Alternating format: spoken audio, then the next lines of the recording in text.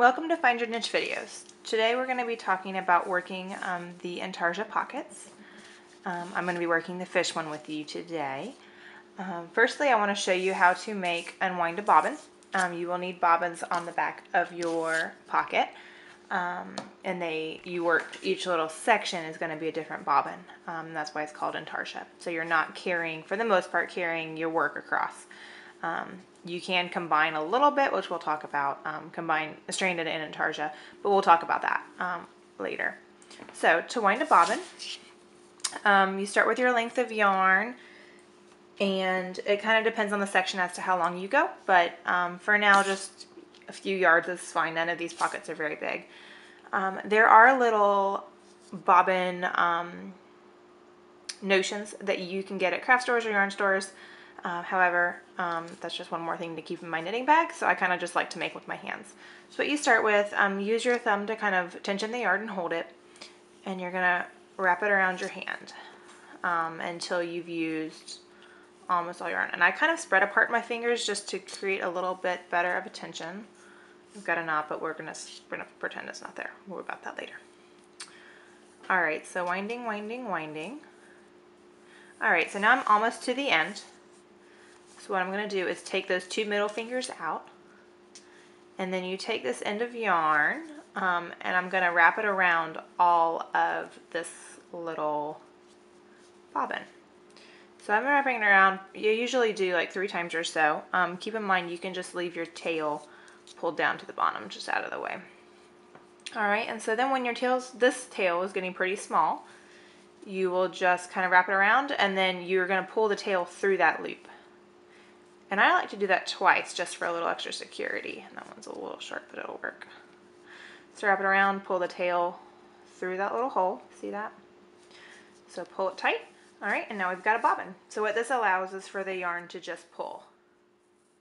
And that's my knot, but we're just gonna, there we go. So at this point we've got our bobbins wound and our pattern started. What I've done, just to kind of show you, I've blown up this chart so we can follow along together. This chart starts with a purl row, actually, when you work it up. Something just a note that helps me a whole lot when I was beginning to learn the Intarsia technique and just knitting charts period, was to make a little sticky like this, and I would just put it on my pattern right above where I was. So 3 simple things I would write would be odd rows, the direction that I'm knitting in, which for odd rows, the knit side rows, you're working from right to left. So I do odd rows, that arrow, and then knit. And then even rows, the left to right arrow, and purl. And that way, whenever I was working along and got a little fuzzy, I would just glance up at my sticky and remind myself where I was. All right, so when we're looking at our chart, let's talk about our bobbins. At first, we're gonna have 3 bobbins. We've got a section of pink, section of yellow, section of pink. Then you work back, section of pink, section of yellow, section of pink. When we join in this tail, there's a few ways to do it. You can have 5 or you can have 4, and that's what I'm talking about with combining stranded and Intarsia. So since this is only 1, 2, 3 stitches, you can carry that yarn across the back. You don't want to carry more than 4 to 5 stitches depending on your pattern unless you interlock. For this point, and you'll see, let's pull my little swatch out, or pocket out, you can see that I went ahead and carried it across. Just because I didn't feel like having 5 bobbins and a whole little bobbin just for these 2 edge stitches. So that's totally up to you. If you want to go straight Intarsia, then you'll want 5 bobbins. If you don't, you can get away with 4. So the 5 would be 1, 2, 3, 4, 5. Or you can do 4, and this pink here can all be on the same bobbin. So you can do 1, 2, back to 1, and then 3, 4. So for this pocket, we're working an even row first, which means that it's a purl row that we're reading from left to right. So I've got, I think I said 8, 1, 2, 3, 4, 5, 6, 7, 8, 9 stitches in pink, and then I work 3 yellows, and then work the rest of the row in pink. All right, so let's do that. Like we said, purl row, 9 stitches in pink. All right, so I'm going to start with the bobbin I've been on. And I'm going into purl, 9 stitches. 1, and this is my 9th. All right, let's double check. 2, 4, 6, 8, 9. Perfect. All right, so we've got our 9 pink stitches, and now we need to join in our yellow. I'm gonna grab my bigger yellow bobbin. All right, so to start, let's get this so we can start. We're gonna go into that first stitch, and leave yourself your 6" or so tail so that you can sew it in. We're gonna join on that new color. I can't see through the camera. There we go. All right, so before you continue knitting across your yellow, we can interlock these yarns. If you don't do this the first row, it's not a huge deal because you can just use your tail to sew in. But basically what that interlocking means is you're gonna take this pink and you're gonna hold it over to the left of your work, and you can go into the stitch before or not, and then go into the next stitch to purl. And basically what happens is now when you pick up your yellow to knit, you have crossed that over and it's locking that yarn in there. So then we work another purl stitch. And we're working 3 yellow purls, 2 and 3. Oh, got a little split yarn there. Let's try that again. Okay. So now we've worked those 3 stitches, and we're going to go back to pink for the rest of the row. So at this point, you could carry that pink across one last time since this is only 3 stitches, or you can go ahead and join in your new. I'll just join in the new to show you one more time. So our next pink bobbin, give yourself your tail, stick that yarn on. So we're going to purl our first stitch, and then lock our yarn. So we'll take the old yarn, which is the yellow, hold it over to the left in the stitch, pick up the new pink yarn from underneath, just that right there, and purl across. So it's locked, we can let go, and now we'll just finish this row. So now we're on the knit row. For the knit row, we've got a section of pink and then yellow, and then we're gonna do pink. So for our first pink, we've got 1, 2, 3, 4, 8, 9, 10 yellow stitches. I've worked 6, 8, 9. So let's work the last one together. Knit that last one. All right, now for interlocking on the right side when we're knitting, we're gonna hold, it's the same process. I like to think of it the same way. Hold the old yarn over to the left, pick up the new yarn from underneath, which is this yellow, and we go into our stitch. So old yarn, new yarn, and knit. And you only have to do it, for that very first stitch, and then you just knit right along. You can drop that old too if you would like. So now we're working, I think, 7 yellow stitches. Oh, missed. 3,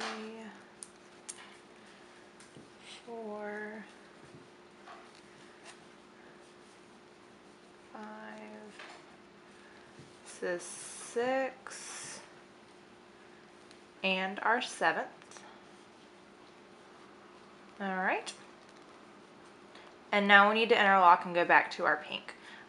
Too, real quick, a little note. These stitches will get loose underneath because those were new pieces of yarn. So you can always just go back, just like always, pull those tails to tighten and neaten that up.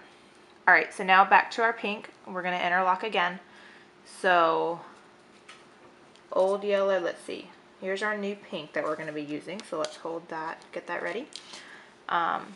Old yellow over to the left, hold it in our left hand out of the way, get the new pink from underneath, which in this case it's way over here, so don't even worry about it, but pull that over and knit. And we're going to use that to finish the row. Okay, let's work our next purl row, just so you can see the interlocking technique when we're not joining a new yarn, which is what we did last time. Alright, so we're going to start with our purls. This time we've got purling 1, 2, 3, 4, 5 stitches at the beginning. And I'm a left-handed knitter, which you can probably tell based on my video, so I'm just going to speed this process up real quick. 4 and 5. All right, so in this case, left yarn over top, pick up the new yarn, so old yarn, sorry, held to the left over top, pick up the new yarn from underneath, which creates the cross, and we're going to join that in. So same thing, always hold the old yarn over to the left and pick up the new yarn from underneath, whether you're on the purl side or knit side, it just looks a little different. All right, so then we're going to knit our yellow. One second, I'm going to do left hand just to speed this up. 1 and 2. All right, so there's all my yellows, and now we're going back to pink. I'm going to hold this yellow over to the side, get the pink from underneath and pull it up.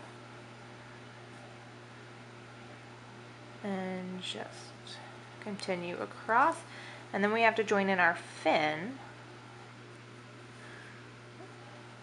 which we will do. Alright, last pink, ready for the fin. We've got 1 yellow and then 2 pinks at the very end.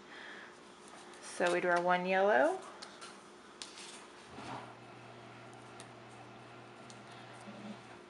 alright, so there's our yellow. And now since there's only 1 stitch, we really can't interlock this. You just kind of grab underneath and work it. So as you see, that's not technically interlocked right there because it's the just 1 stitch. There's no way to interlock it because remember we had 2 stitches to interlock. I'm going to work this first 2 stitches just so you can see how that then works. You do your, for the next row, our first 2 knits, and then we've got 2 yellows, so we just interlock it here. So go there, pink yarn to the left, grab the new yellow yarn from underneath, which is this right here. So crossed, work that yellow, and then you do your 2 yellow, and then you go back to your pink.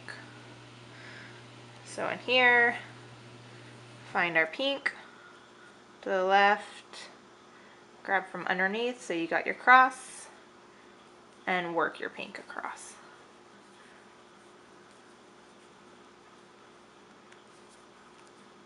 So that is the pocket. Remember on your chart, you work the whole chart. You're going to end the chart. They all end on a knit row. So you finish your chart, then you work a purl row, and then you bind off with your knit stitches like normal. And what that does is create this nice little, almost looks like an I-cord at your top, which is a nice little detail on the pockets when you sew them on your bag. Thanks for watching Find Your Niche videos.